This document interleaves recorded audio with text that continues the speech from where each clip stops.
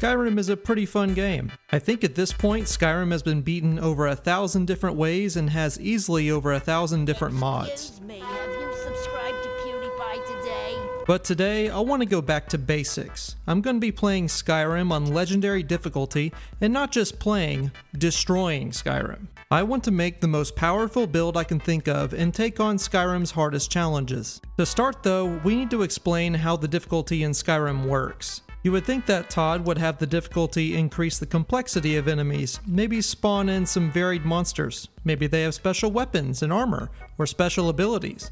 Well, you'll be pleased to know that no. They don't get any of that. In true Bethesda fashion, the only thing that changes on Legendary difficulty is enemies deal 3 times the normal amount of damage to you, and you deal 4 times less damage to them. That's it. That means that even enemies like this can be a real chore to take down.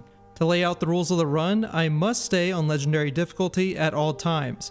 No swapping back to an easier mode just to get past a jam. Obviously, no console commands as well, and finally no major glitches. I will be using some minor ones that I'll call out, but it's nothing too big. Well, maybe except for one, but we'll get to it. It seems like more of a feature to me, to be honest. So now that we've arrived in Helgen, let's answer the age-old question. Who are you? So initially I was thinking about going with a Breton for the magic resist and dragon skin for magic absorption, but ended up going with an orc because the Berserker Rage ability with its double damage dealt and half damage taken basically reduces the difficulty back down to about master for 60 seconds once per day. No other race can do that. The magic resistance and absorption effect from a Breton can be covered up with something else, but it'll take a little time. You'll see a bit later. And the intro sequence goes as normal. I hop through the tower, sprint to the keep, and decide to go with the Stormcloak since they didn't try and liberate my head from my shoulders. Looks like we're the only ones who made it. That way I can tag team the Imperial Captain,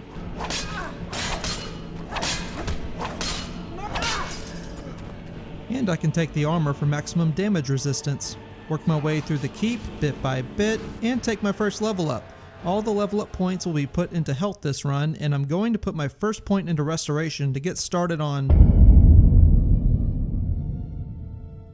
First things first, legendary damage is a bit much. Immediately I want to make sure that my magic defense is taken care of. There are a few ways to get this done. I can raise my magic resistance to the max, I can individually raise each element's resistance through enchantments, or I can pursue a much longer path and raise my magic absorption to the max. Here's the thing though, the maximum magic resist I can reach is 85% and it is hard capped by the game, so there is no fully protecting from magic via that method. Same thing for the element resistance, and in fact, these can be combined to block a spell for a total of 97.75% magic damage resistance, but it's not full protection still, and again it is hard capped. So I'm going to take the Mage Stone for the experience gain because I am going to have a lot of work to do because it turns out the best method is going to be the magic absorption method. This is because magic absorption can reach 100%, which makes me immune to all forms of magic with the downside of not being able to summon any minions from conjuration spells because that is technically a spell effect cast on myself, so that is a bit of a bummer. But this is definitely the way to go because full magic and elemental protection from mages and dragons and literally everything else is going to be very helpful. Now, there are 4 ways to gain spell absorption. First, the Breton Racial Power Dragon Skin is a good way to get 50% spell absorption early, but only for 60 seconds once per day, which can be combined with the Atronach Stone power for another 50% for an easy 100 almost immediately. But in the long run, it would be very tedious in between fights since it's only for 60 seconds at a time, which is not very good if you're in a prolonged fight.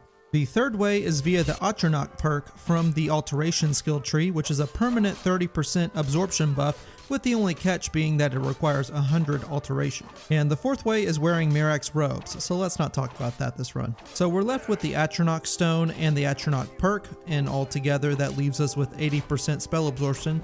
But if I become a vampire and get the Necromage perk from 70 restoration, that'll be enough to push me over the edge to full spell absorption, since Necromage boosts all magic effects by 25%. 25% of 80 is 20, so adding that back to 80 makes 100. Good old Skyrim maths. Who said orcs weren't smart? In the meantime, I'm going to have poor damage and even worse defense, so of course I can't do any quests by myself yet, so I'm going to need a follower. Thankfully, I can scam Sven into thinking he ever had a chance with a woman, so Feindal will literally fight until he drops for me. The things men do for women. Or elves, I guess.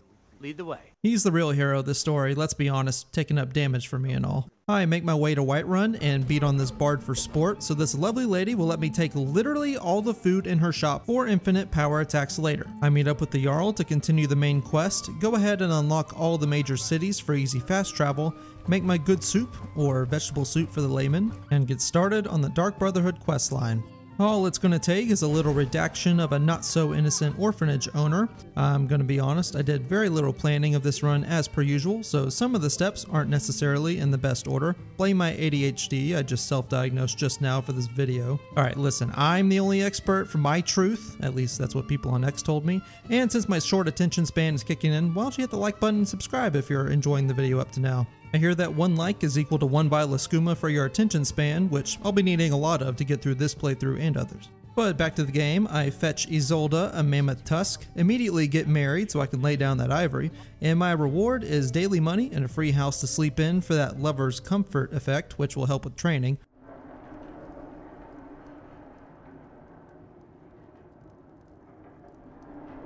Well, this ain't Isolde's house. Like, how'd she even sneak past her? It's a single bed and she's an illicit drug dealer. She's supposed to be about her wits for this kind of thing. But after a bit of mystique, I commit capital punishment for the Dark Brotherhood so I can get my hands on some double sneak damage and some half-decent armor, I guess. Now, I didn't want to make glitches or exploits a big focus of the playthrough. Well, except for Necromage, I guess, since I guess it's technically a bug according to UASP. I thought it was a feature, but whatever. Would have been nice to know before I actually thought of this idea. But anyway, the point is, I didn't train Sneak the usual way via Rayloff at the beginning because it's kinda janky and obviously an exploit, so forgive me for my lack of efficiency, but I found another kind of exploit. Kinda, but not really. All it requires is a wall and Dragon's Reach and something to jam my left stick on my controller. So that's an easy 50 sneak, and that's an easy Assassin's Blade, so now I can actually deal some kind of decent damage to enemies as long as I'm hidden. While I'm here in the city, I decide to go ahead and get hooked on the most profitable skill in the game, making drugs. Legal drugs, that is. Pharmaceuticals. Of destruction. Magical PEDs. I think you get the point. Not a whole lot of money yet, but we'll get there. Big Pharma is big for a reason. Now, you might be thinking, won't all that leveling stunt your growth in power? Well, yes, but it's a slow burn, just trust me. I no-scope some bandits on the way to Bleak Falls Barrow. And yeah, that power gap is pretty noticeable for now. Thankfully, Janasa, my new follower, is the best meat shield in the business and does a pretty good job of cleaning up my messes for now. I mean, she's practically trivializing the whole game up to this point, let's be honest. Already destroying Skyrim, and it's not even me doing it. I grab the Golden Claw, put the Sleepies back to sleep forever. That's 30x damage, by the way. That one didn't work, but that's okay. We have doors for that.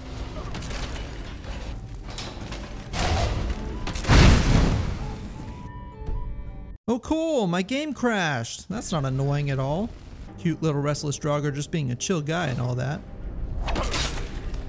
Time to pull through the Hall of Stories, read the first word wall, and face our first real test. Now, I highly recommend you go watch my previous run on beating Skyrim Legendary with literally nothing. It's pretty much the polar opposite of this run. But the point is, I can beat this guy with my fists without a follower. So this is kind of a cakewalk at this point. I jump an old lady, so I can steal all her ingredients. Getting back to that potion grind, Damage Magicka regen is my favorite for this run. I take the Dragonstone back to Farengar, get invited to the local D&D campaign, and get to work welcoming the DM. That's Dragon Mirmolnir. I promise, it's not the worst joke in the video. I'm not exactly destroying anything up to this point with my damage right now, still doing 1/4 of what I would normally be doing on Adept. But there is a tower here and enemies still have a quarter of their normal intelligence compared to the modern day. I guess the dragon heard me because he decides to give himself whiplash to burn me for my slander. Good thing I have a healing spell. It doesn't take too long for my group to damage the dragon enough to ground it, and now it's just pot shots until the job is done.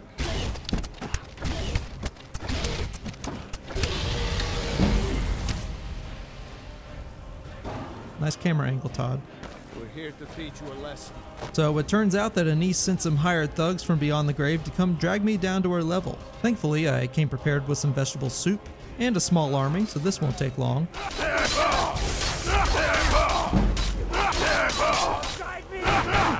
Well, damn, it's taking longer than I thought. How many times can you be cut by swords until your body just gives out? Where do you even find these people? Iroleth is having none of this, by the way. So, just a small reminder, I need 70 restoration to unlock Necromage, and I'm at 21 currently, so you've probably noticed the game plan by now. I'm trying to rush through the main quest of Skyrim so I can unlock High Hrothgar for an easy training method for restoration. But I can also go to the College of Winterhold to unlock some trainers to help us out. The Flame Atronach. Oh no, she could have picked anything else. 132 Magicka is just a little bit steep right now, so I can't even cast it. Thankfully, Farengar is coming in clutch with his threads, so now I can summon a flaming friend for the college. And they say clothes don't make the man. Or orc in this case. Now that the way is open, I can start training destruction? Okay, so the thought process here was to unlock the impact perk for some perma-stunning with firebolts for the early game. Let's just say I waste 2 perk points and move on with the day. Yeah, it's honestly kind of embarrassing. I don't know why I kept it in the video. Could have come off way smarter if I didn't. Next, I head to Iverstead and up the 500 or so steps. Yep, that's 3 times damage minus 4 times less damage, so almost a normal strike. Thankfully, the Lovely is here to take aggro. It took us 2.5 minutes to fell this frost troll, which is pretty crazy. And I finally slay him. And I finally slay him. And I finally slay him. Finally. Now that we're at the top, I get screamed at by some old men, scream back at some ghosties, practice my flash impression, and get sent on the quest for the horn of some dusty old bag of bones. Now, the real draw for this place is the wind barrier at the edge of the stairs, which block the rest of the mountain, and is quite deadly. If positioned correctly, you can use this to grind out restoration as high as you want, waiting for an hour after your magicka is drained for a quick recharge. I did kind of get bored after a while and decided to go make some money whenever I ran into the Dragonborn cultists though. You know, I got something to say. They could have tracked me down to any other location without an entire army of guards patrolling every street corner. That plus the Nords in the town would never stand for this. Plus I'm a Dragonborn like their own masters, so how do they think this will go? It didn't last long. Leave it to the Dark Elf cultists to not understand the way of the Nords. I did get their note though, along with all their armor for extra monies. Another reason I left the mountain early is I wanted to go test out the Turn Undead spell because I heard it was quicker. But to be honest, I don't get all the hype. This is painfully slow. So then I grind to 50 restoration and tried Repel Lesser Undead. And I still don't get the hype. So I decided to take a break and hunt for some alchemy reagents, getting mostly blue mountain flowers and blue butterfly wings for magicka regen poisons. They sell for a pretty penny. I make a pit stop at the statue to Meridia for the first elemental fury word, which will transform me into a Beyblade when I need it. And then I fought a singular bear cave. That took a decent bit of time. At least wolves are manageable. Quick note, by the way, if you go to Riften and start this conjurer at the Shadowstone, you can head southeast to this lake area which spawns a lot of butterflies. And you can fast travel away and come back for easy blue butterfly wings. You can also go to Huntingbroom Meadery during the day for more spawns and to the bridge nearby. Easy alchemy money. I finally gained back enough of my mental faculties from my totally real ADHD and get 65 restoration at High Hrothgar. A handful of lessons later, I finally reached my goal of 70 restoration and unlocked the Necromage perk. Between alchemy, sneak, and everything else, I am level 27 currently, still weak as hell, and it's time to focus on the alteration skill. And as if the combat portion of this playthrough wasn't stunted enough, I now have a dragon to deal with. Turns out the college is one of the safest places for a dragon attack since there are so many mages. Why they picked the most heavily guarded place on Skyrim to attack, I'll never know. Plus, aren't dragons cold-blooded? Isn't this bad for their physiology to be up somewhere so cold? And after over 5 minutes of fighting, I finally take it down. Of course, I make sure to loot everything for later. Though I could stump my exploration a bit and go hunting for the telekinesis spell early since the spellbook doesn't appear in wizard shops until alteration level 40. But the next best option is to go get the Transmute Ore spell from the Halted Stream Mine. The local wildlife is easily tamed with a partner, and while there are more bandits in the camp proper, they're not too bad to deal with either. What was that? Janasa blows my cover though, and the swing of the chief's sword misses me by just a few inches. Close call there, but I managed to deal with him using a bit of distraction and Beyblade tactics.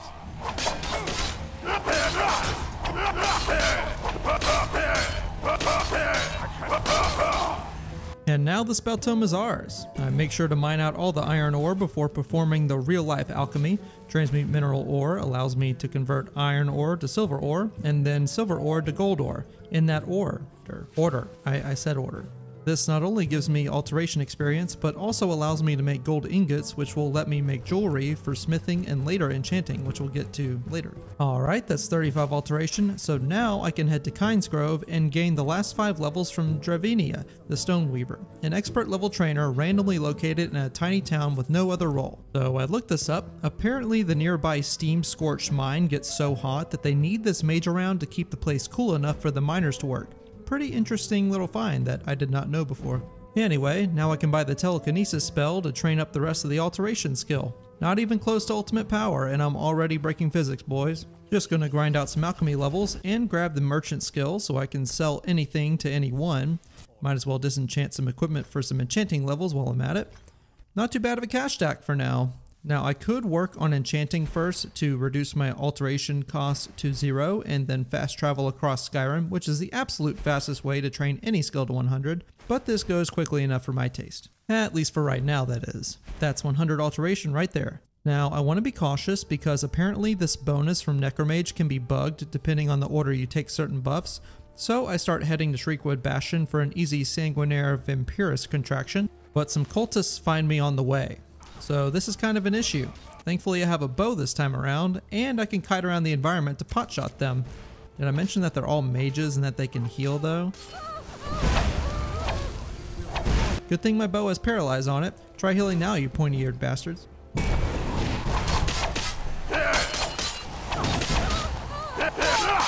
that was a lot easier. Just one more to go now. Well, that only took over 7 minutes. Freaking nuisance. There we go. There's the disease I was looking for. Just gotta sleep it off for a few days. And there we go. I'm officially Hillary Clinton, or just a vampire for short. Now I can take the Atronach perk for 37.5 total spell absorption with Necromage, and then the Atronach stone for the other 62.5. And oh look, I have 2 lovely guests for my proof of concept. Alright big boy, let's try some Berserker Rage and Elemental Fury with my glass weapons. By the way, Necromage also affects Elemental Fury swing speed too. Breath attacks mean nothing to me, sir. Perfect, I have some mages too. So I can confirm that I'm officially immune to all magic now. These mages can do nothing to me. So that's half the battle done and dusted. It turns out giant dragon jaws still hurt me quite a bit though, so we have to work on the physical side of things. Just gotta bob and weave a bit to take down this dragon.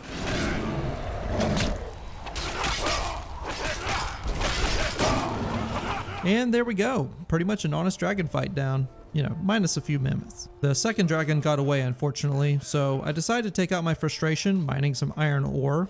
I guess there are less productive ways of anger management. I make sure to grab the Word of Power before skedaddling. This isn't important to the run, I just knew someone would ask about it since it's right here in the middle of East March. Now that's over, it's time for me to work on... So in order to max out my physical defense, I travel back to the College of Winterhold to progress the quest line so I can get Tolfdir to start the Master Alteration spell. That way I can get the next goal on my checklist. He tells me to cast my ward spell, and as soon as I do, he acts like I deliberately disobeyed him and tells me to do it again. It's kind of rude. I block a spell from him and then reveal that I'm not exactly an apprentice, more of an ascended adept, really. Apparently, I have to go get a special dagger the dragon priests used to use to carve heart scales from the dragons, which sounds like a tall task right now. So before I go, I make sure to buy the strongest armor spell available to me, Ebony Flesh, and Paralyze for easier fights. I travel all the way to Valthum in order to get the special dagger, meet up with a strange spirit who immediately tells me to leave. Just got here, man, chill. He tells me about the dragon priest of Norak, who is supposedly really powerful and commanded an army. We'll see how tough he is in a second. Given that I have 100 spell absorption, literally nothing magical can affect me, so Unrelenting Force, more like Relenting Force, am I right? Cool. Anyway, I just paralyze any Draugr that come my way and dual wield power attack them until they're defeated. That's pretty much every fight in this dungeon. I hit him so much he blinked out of existence. Pretty crazy. Anyway, I'm going to start putting points into enchanting since that's the next logical step here. I can do a lot with this skill here. This is the final fight of the dungeon. Just got to paralyze all the Draugr. Draugr Deathlords take a little bit longer to completely take down, but same as usual. I grab the dagger at the end of the dungeon, and it's time to test my build against a godlike Dragon Priest legend apparently. So you see that flashy lightning spell he's casting at me? Just take a look at how much damage that's doing. So it turns out that Dragon Priests can do literally nothing to me. They only attack with strong magic spells and 0 physical damage, so they're basically just moving hitboxes with health bars for me to smack around. So this fight is really just a time sink until Havnorak goes down with my current build. With the Fang in our inventory, it's time to hunt a dragon.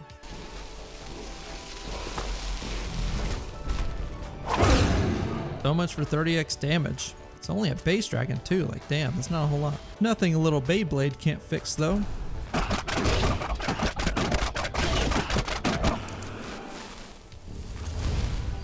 There we go.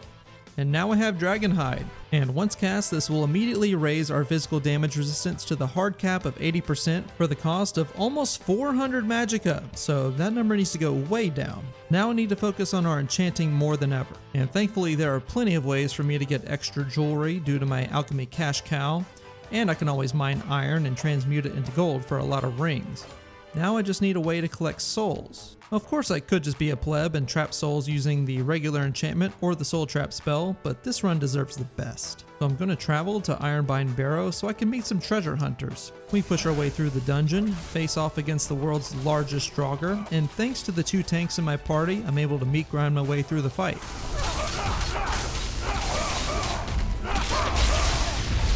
Oh yeah, one last piece of filth to take care of. Filthy magic user.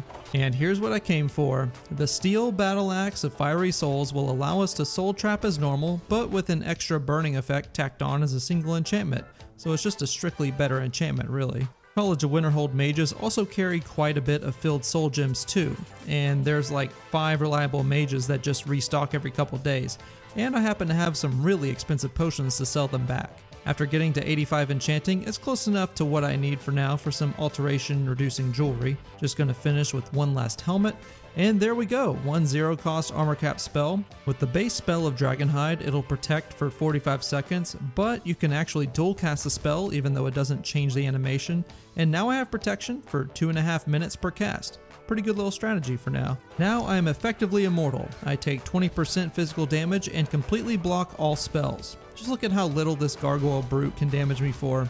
As long as I keep up with healing, this is as good as it gets for defense. I can pretty much just bum rush any dungeon I want now with no regard for my safety. Did I mention that the paralyze spell is 0 cost now too? Easy little cleanup. Now I just need to progress the College of Winterhold questline a little bit for later. I mainly just want to unlock Tolfdir as a vendor for later. I can paralyze Jarrett Galderson as soon as he becomes vulnerable and spend the next 20 seconds putting him through the meat grinder.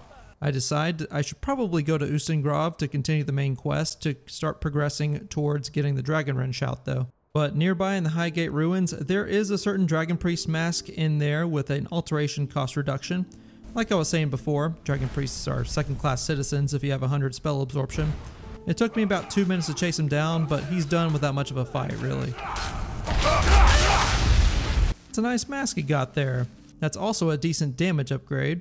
Now that we're in Ustengrav, it's important to remember that when dual wielding, the weapon in your left hand is what determines your swing speed, so I could have a sword, axe, or mace, and they would all be the same speed. Choosing the mace lets you deal more damage, and that'll be noticeable later on. I make sure to get the Become Ethereal shout for easier traveling, solve the speed puzzle, fight like a ballerina from hell, and retrieve the note from a friend. I like making new friends. Unfortunately, she's kind of a bitch though. I return to the Greybeards to get the final Unrelenting Force word, and then they scream at me for some unknown reason. And I grind my way to 100 enchanting. Things are about to get really interesting. I take the extra effect perk, which allows me to put 2 enchantments on the same item, and now the entire left side of the enchanting tree is complete. And I'll make sure to get the rest of these spell damage perks for even better effects on my weapons when they're finally done. I go ahead and complete the Black Star quest, and yeah, these Dremora can literally do nothing to me, much like Dragon Priests.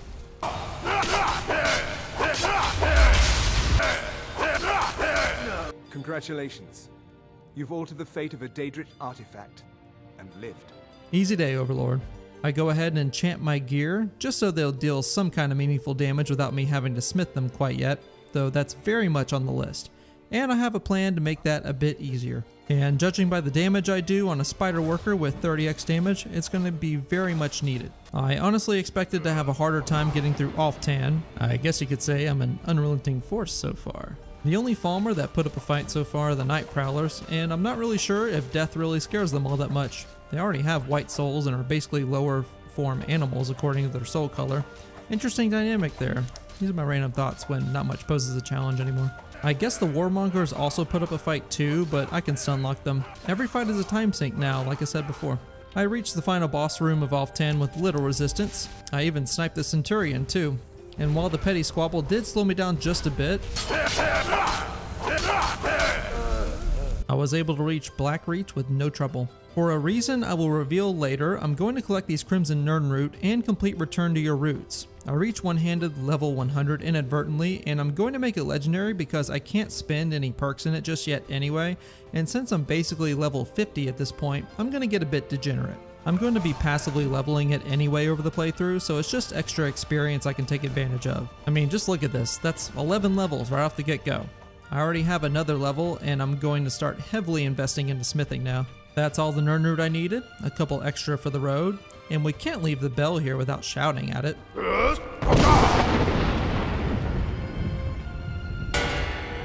What kind of run do you think this is? This dragon has over 3,000 health, so even with the Berserker Rage active, this fight still takes me over a minute to finish up, even with help from the Falmer. Pretty weak so far.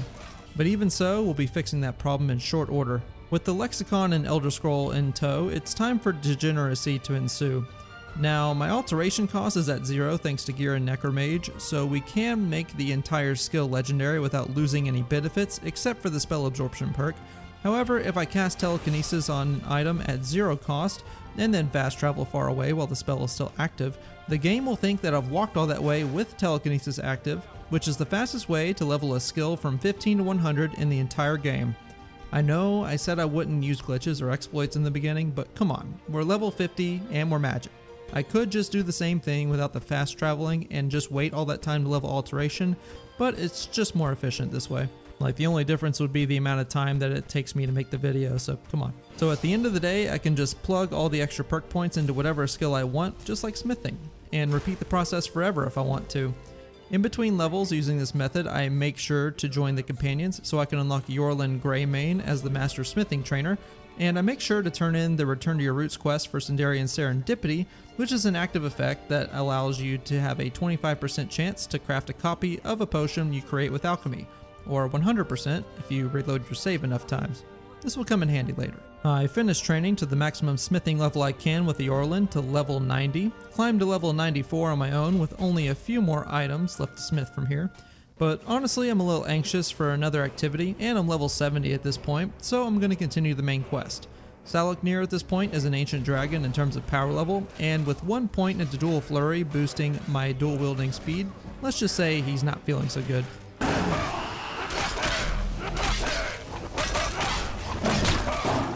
That time took less than a minute. I finish out my smithing leveling with some nostalgia at level 95, good old Iron Dagger. Wait, 95 I hear you say? Doesn't smithing max out at level 100?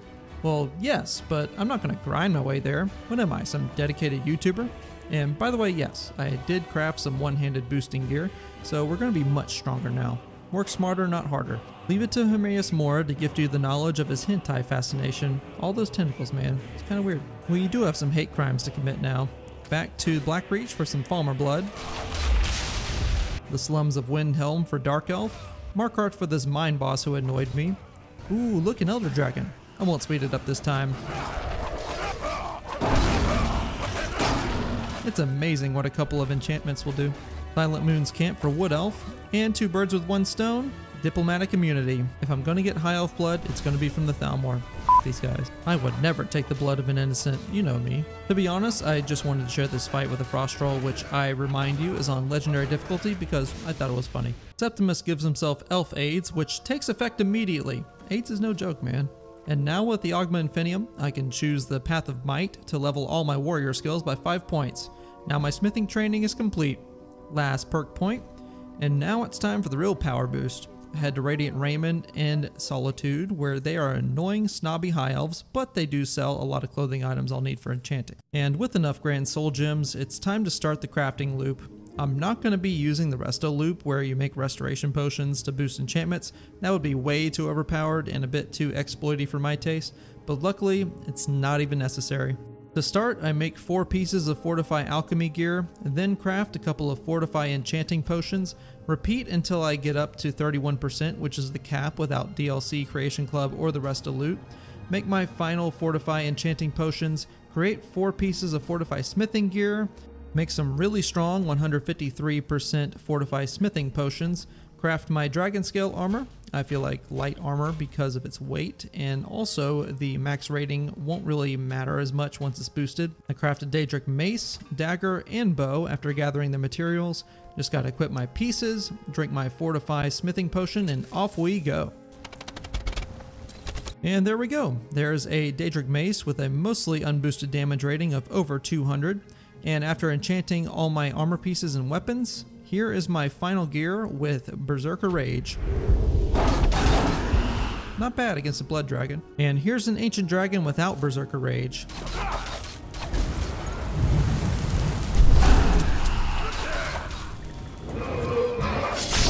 Yeah, you get the point. I would just like to point out that my skills and perks aren't even all the way maxed in any way. Just wait until I have full one-handed damage and mace armor negation. As part of my next mission, I'll be getting all words for Mark for Death Shout. There's the one from the Dark Brotherhood I never got, despite getting in at the start of the playthrough. Faramil should have just stayed in bed. There's the last word. I'd say the soul economy is back in business. Continuing the main quest line, I fight through the Thalmord. I meet up with Esbern. Go away! Rush through the Karspire, where I learned that apparently a dragon's Drain Vitality shout can punch through 100% spell absorption, so thanks Todd for that one. And again, it just works. I guess the revered dragons can just break physics now. No wonder they're revered. Just as long as I can break their bones in return. We match up against the fearsome Forsworn.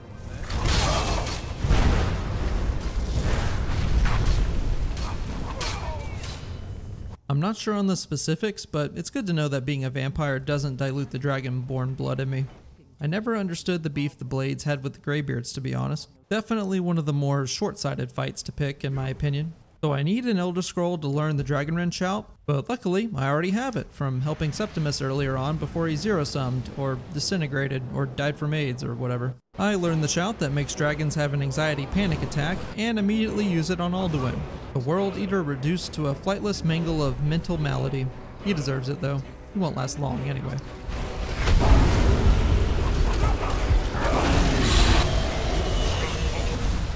He was put down so fast that Parthenax literally has no idea that Alduin's already defeated. Use Dragonrend before Alduin consumes you! Alduin flees, so of course we have to pursue him. We meet up with Balster, conduct a peace council, kick the Thalmor out because f*** the Thalmor, and capture a dragon. Now I could take Odahviing straight to Sovngarde for a quick and easy fight with Alduin, but this is destroying Skyrim on legendary difficulty. So we have some stuff to do first. I give you 3 days before you screw up and someone runs a knife across your throat. You are the one. She has chosen you! Oh, hail the listener! I would like to arrange a contract. You bring that back to your lovely mistress. The target's name is Vittoria Vici. I just wanted to take this time to thank you all for being here. You are trying my patience, citizen. Back away. Alright, with most of the Dark Brotherhood questline done, I meet with an unexpected adversary. The Ebony Warrior has issued a challenge. Guess I should have been paying attention to my level. I traveled to Dushnuk Yal to train my one-handed skill to 90 and fully unlock Bonebreaker after Armsman is maxed out. And now my Daedric Mace does a single hit of 845 plus enchantments. Let's see what we can do.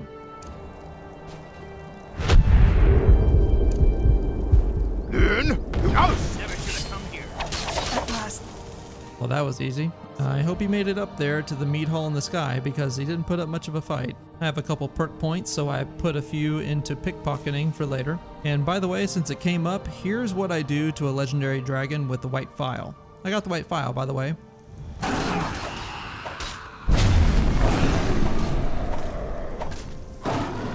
No Berserker Rage and not even my final form. Not even close. I take care of Cicero. His soul will recharge my weapons just fine.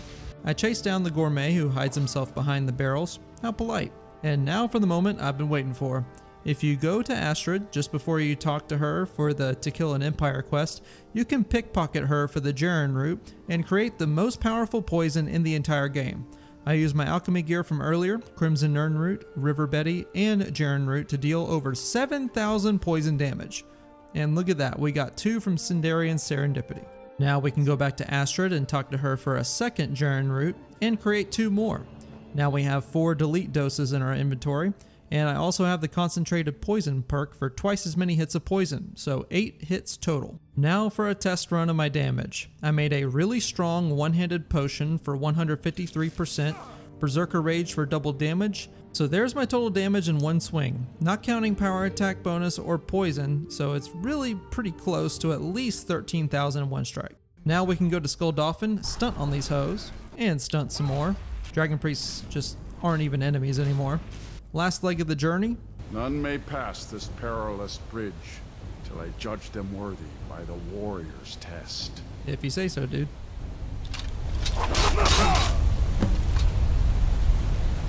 You fought well. I meet up with some friends, pray the rain away.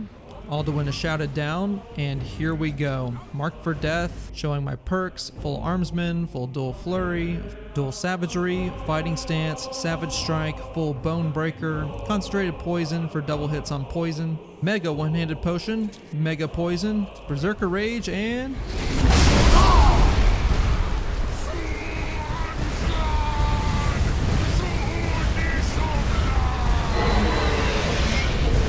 That was fast. Just made his health bar disappear. He had a health bar, and then he did it. Damn, that's a hell of a crash out. His scales exploded. Well, I suppose that's enough destroying of Skyrim. Huh, just kidding. We have 2 whole DLCs to conquer. I free Serana, and I mean, I guess she can tag along. She's not hurting anyone. I accept the Vampire Lord gift. Not that I'm ever going to use it because it just makes me weaker. Magic's cute and all, but I have bigger plans. I head to Hag's End and smack the hag around a few times so I can grab the Word of Power, and then I slay the Dawn Guard so I can charm the Moth Priest, fast forward through the College of Winterhold questline so I can grab that Word of Power, and take out the floating roadblock. And as I'm leaving, that's enough of the Thalmor scum. Then I join the Legion for my brief stint of patriotism so I can go to Corvin June. Alright, there's that last word of power for slow time, baby. I'm in my unfair era now. It literally takes an ideal master to damage me in any meaningful way. Hunting down the keepers is as easy as 1, 2, and 3. One dead, undead death dragon later, I retrieve the Elder Scroll, get so high that the moths start telling me where the next destination is, and meet with this little urchin. He doesn't last very long. I agree, Serana. I agree. I grab the bow, so now I can make it dark and stuff during the day, I guess. That's really handy. But that's really it. We're not gonna need it. Slow time. Equip my mace, potion, berserker rage. Darken the skies!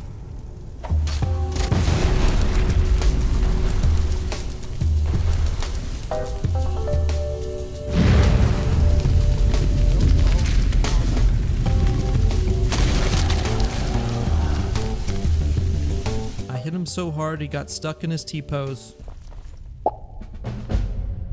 Alright, just one more DLC left to do. This one's a bit longer, and I have some prep to do. This is where it really gets off the rails. Time to perfect.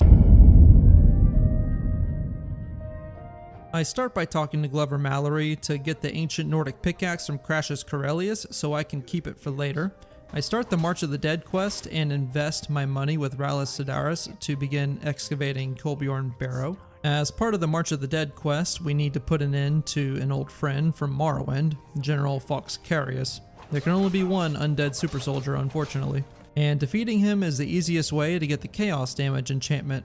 I enter Severin Manor as part of the same questline and sneak past these blind f***s to find some incriminating evidence, which leads me to taking out the Morag Tong. I hereby award you Severin Manor and everything contained within. So now I have the perfect place to set up shop for my final enchantments. It's also a great place to offload some gear because I am super heavy right now. I follow Freya to progress the Dragonborn questline and meet up with Mirak, who apparently can punch through all of my spell absorption with a Novice Spark spell. That would have been so funny if I could just tank through all that damage right now. The DLC would just be over. Instead, I have to wait for the Reddit mods to cast me out. I meet up with Freya's father, where I learn the location of the first word of the Ben Will shout. You know how this goes. The Windstone now bends to my will, and this lurker never stood a chance. With the skull free, I decide to go ahead and cleanse all the stones ahead of time. That's it. Back in Skull Village, I do get word that One of the skull has gone missing. I wonder what scumbags could be behind this.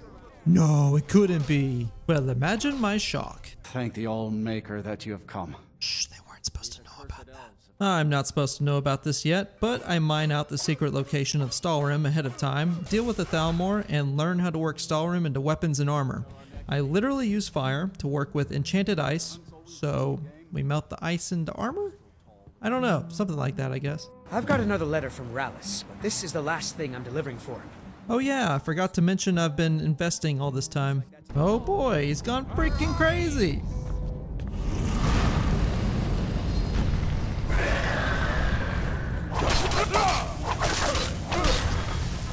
Well, at least the fight was easy. And that's the end of that tale.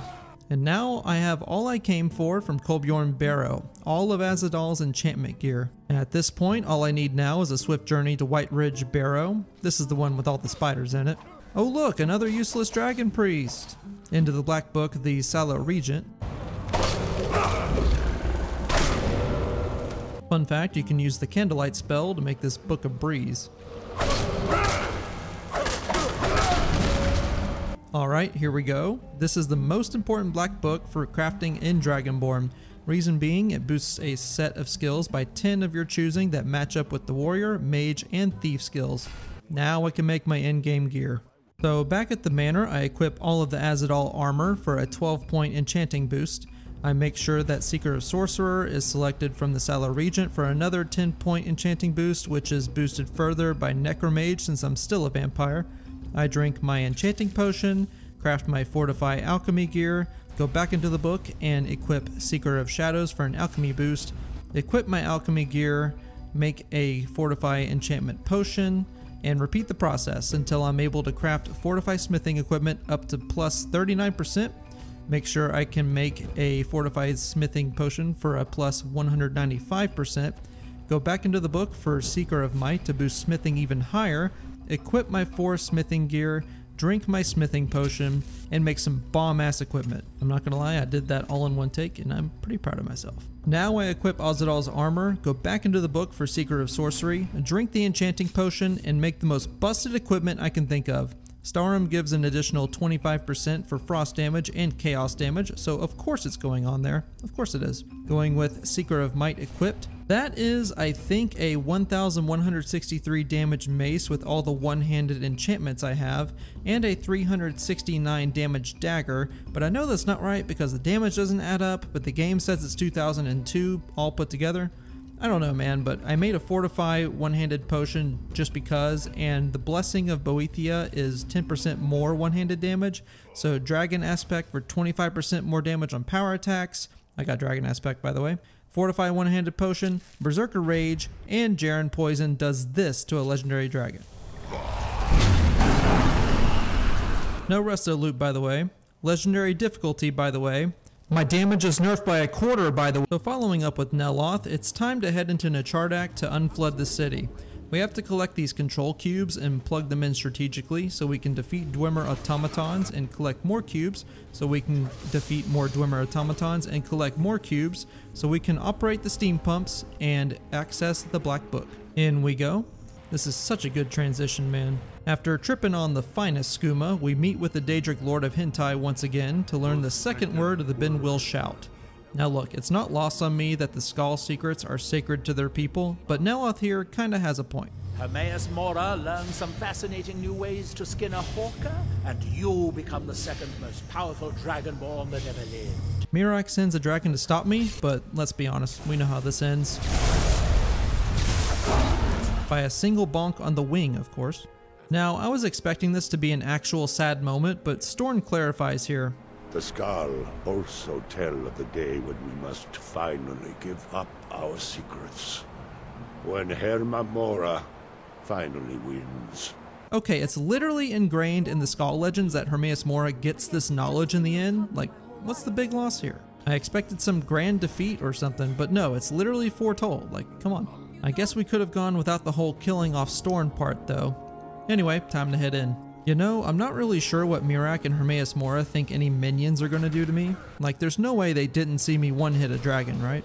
Well, anyway, I learned the final word of Dragon Aspect and tamed Sarotar, so we can fly up to the summit of Apocrypha and meet with the first Dragonborn as the last Dragonborn. We exchanged pleasantries before I drank my one-handed potion and activate Berserker Rage, and then immediately slowed time. And what happened next was very interesting.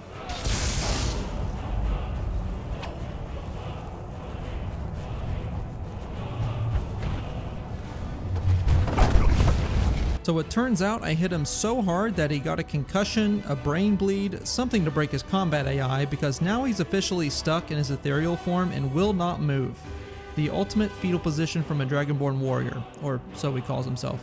I checked the footage back, and apparently I hit him so hard that his health bar actually vanished before reloading with 1 HP, and then the glitch happened. I waited and waited, but it seemed Mirak was left in a catatonic state, unable to leave his ethereal shackles. I had broken his body before breaking his mind, and thus shattering his will to act. I had bent his will without the Ben Will Shout. My only choice was to reload my save. I retried my efforts, but the result is the same. I simply deal too much damage. I didn't know such a thing was possible, but here we are. After that, I tried playing with kid gloves. Still the same overpowered equipment, but with 0 boosts and a single dual-wield attack. That seems to have worked. I mean, it's not like it can do anything to me anyway. Ah, shoot. That might have been too much.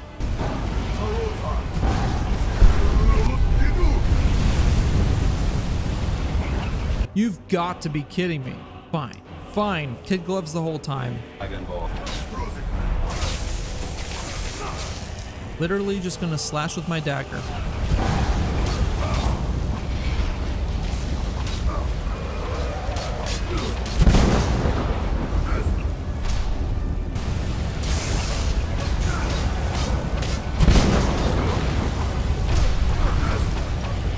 Coward.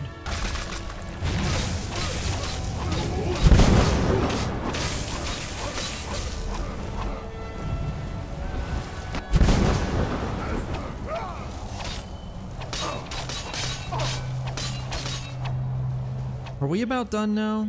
Ah yes, the great first Dragonborn reduced to a simple hentai spectacle for the Daedric Lord of Knowledge. What a formidable foe. Well, that about does it for the supposed toughest boss in all of Skyrim. Turns out he's no match for completely intended mechanics of vanilla Skyrim minus Necromage, I guess. And that about does it for the run. Didn't expect to still be able to one-shot just about everything by using in-game mechanics without the resto loop. I guess nerfing the Dragonborn even by a factor of 4 isn't enough to keep Tamriel safe. I guess I could go for one more hit.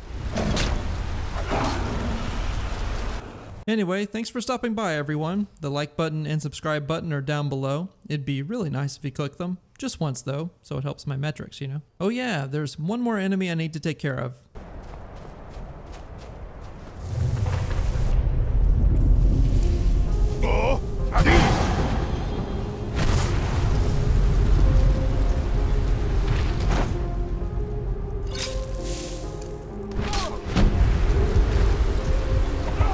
There we go.